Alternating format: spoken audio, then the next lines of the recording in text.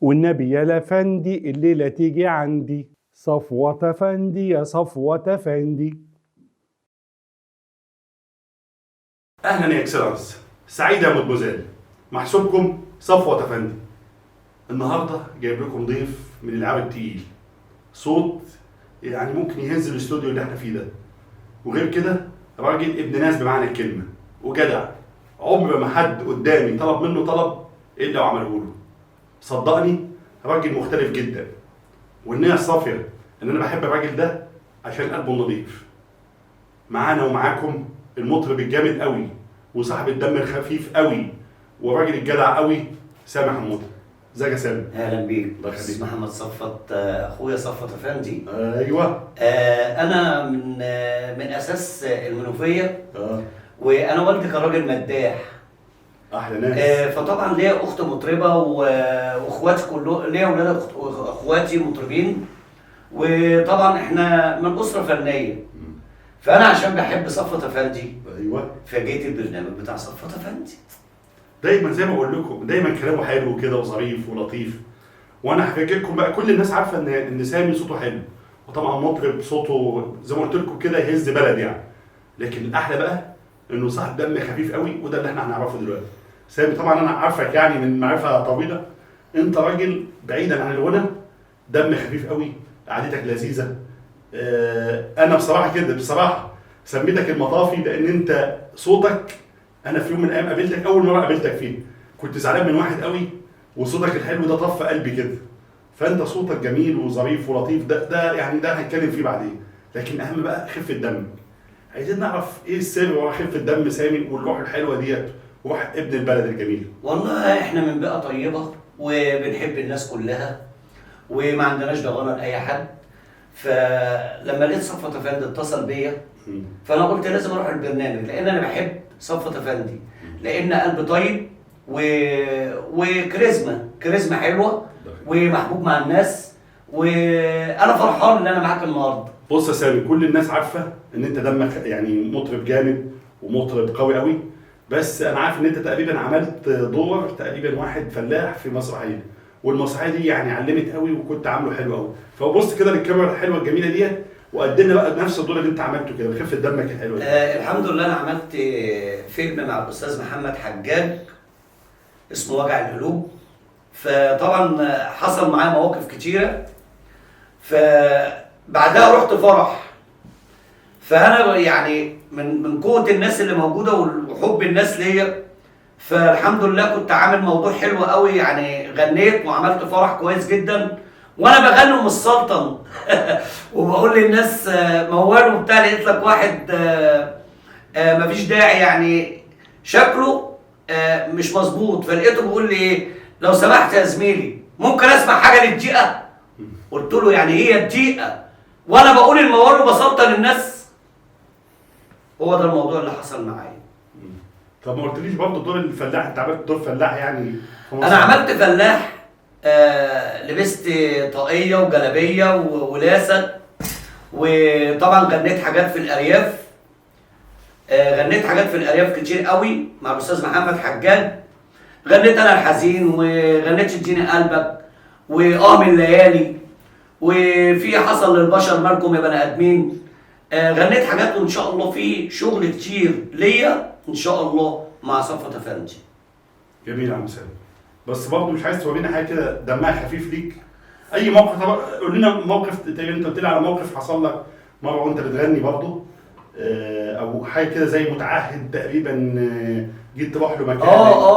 انا رحت، كان معايا شخص ما، فكان مديني شغل، فببص لقيته باعت لي ريكورد ان والدي توفى في بلد اسمها فيشه. فانا من الواجب عليا ان انا اروح اعزيه، ما هو انا مش هعرفه في الفرح وفي الموت مش هروح له. فانا رحت بالطبع، رحت فيشه وسالت يا جماعه في فلان كذا من هنا، قالوا لك لا مش موجود في البلد ديت. فقابلتني ناس متعهدين زمايلنا من نفس البلد، يا عم سامي مفيش الاسم ده مش موجود عندنا.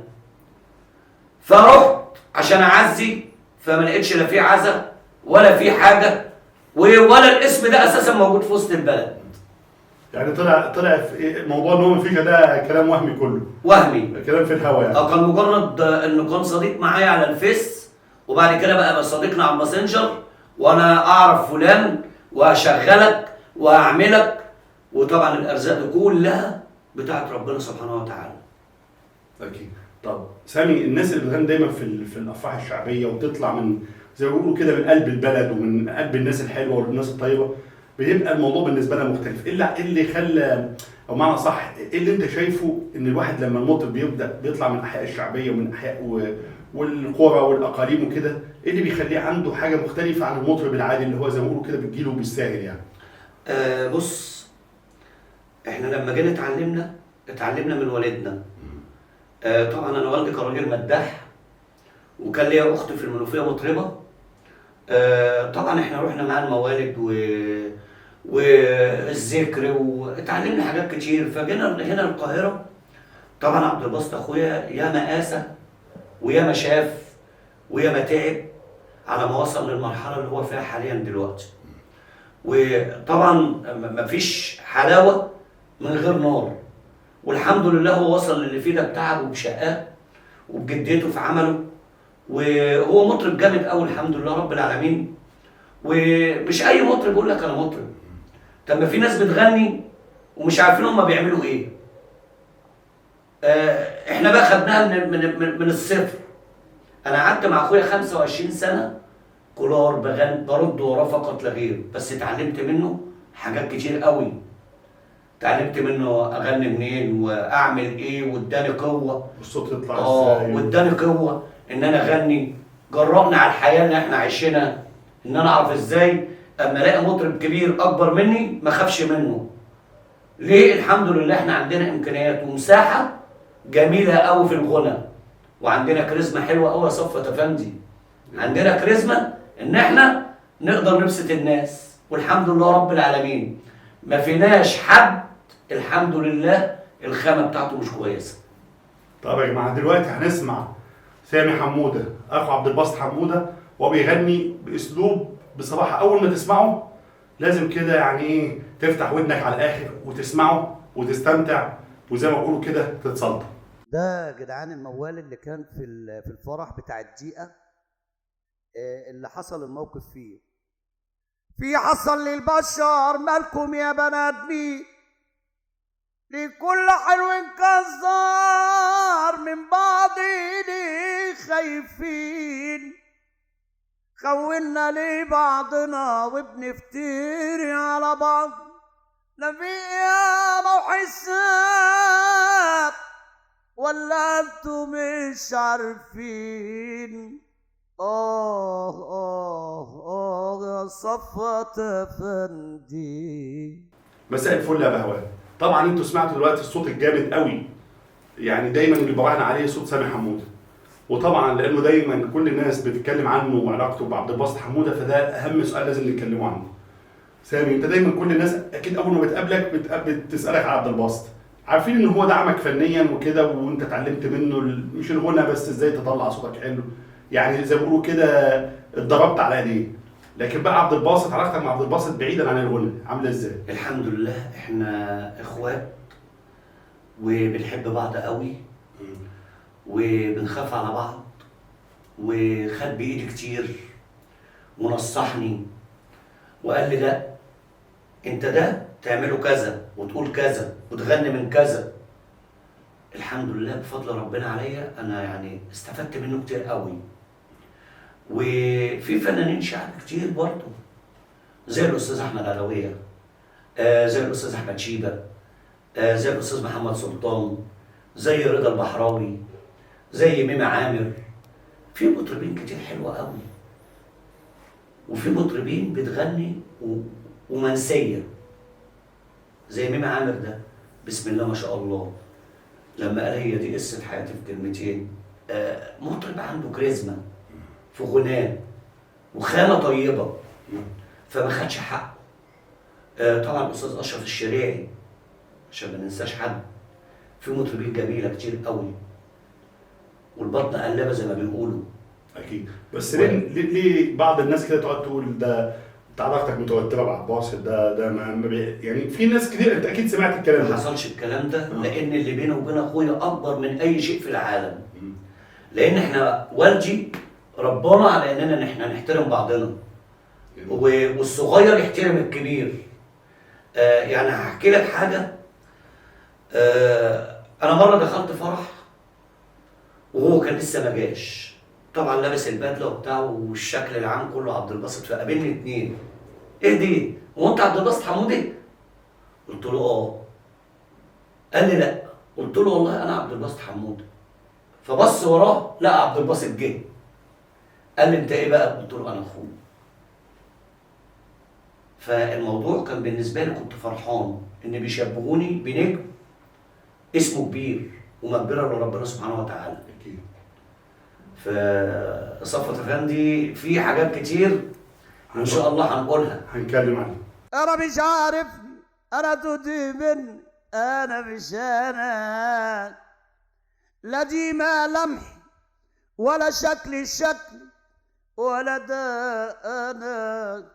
ابص لروحي فجأة لقيتني كبرت فجأة كبرت، تعبت من المفاجأة ونزلت دمعتي. قولي لي ايه يا مرايتي، تكونش دي حكايتي، كونش دي نهايتي واخر الستي. انا مش عارفني، انا تهدي من، انا مش انا، لا دي ملامحي ولا شكل ولا ده انا، ولا ده انا. الراجل النجم اللي معانا النهارده ده يعني من فتره كده عمل حلقه مع سعد الصغير وكسرت الدنيا، وهو راجل نجم، يعني اي حد يستضيفه يعني لازم يبقى مبسوط لانه بيسمع صوت حلو. كلمنا كده بقى عن كواليس حلقتك مع سعد الصغير، اعتقد يعني دي زي ما بيقولوا كده كسرت الدنيا. انا طبعا بحترم نجم مصر اخويا الاستاذ سعد الصغير، بني ادم طيب قوي وبيحب اخواته الفنانين، وعملنا حلقه جامده قوي انا والفنان احمد البحيري، والحمد لله كان ربنا موفقنا. وهو بيحب كده بيحب الفن، بيحب المطربين. يعني انا لما جيت قلت موال الله تعالى يا عباس يا صغير اقعد عشان انت موالك معايا طويل، من حبه في فن الشعبي هو بيحب يسمع. فعملت حلقه انا واحمد البحيري بسم الله ما شاء الله مهوله، وان شاء الله هنعمل حلقه جميله قوي ان شاء الله ببرنامجنا النهارده صفوت افندي. حبيبي طبعا احنا بعد الكلمه الحلوه دي لازم نسمع حاجه حلوه لسامي، سواء الموال اللي غناه مع سعد الصغير او اي موال تاني او اي اغنيه هو يحبها، لانه هو صوت جامد وقوي قوي. عجزتني يا زمان وركنتني عالكون، وتد مني الحيل ما بقتش قادر اقوم، وما كتر المال مسير ويخلص يوم. اكملنا القلب طاير الناس بتدوس عليه، وعشان من الناس قريب بيقولوا يصودي. الضربة كانت قوية والكل جي عليا، ما ترحم دمع عينيا، الله يجازيك يا زمان. والنيه الصافيه، او زي ما بيقولوا كده عندنا عندنا في الناس الطيبين يقول لك الواد ده يعني صوته ما جاش زيه، صوته كده صوت صافي.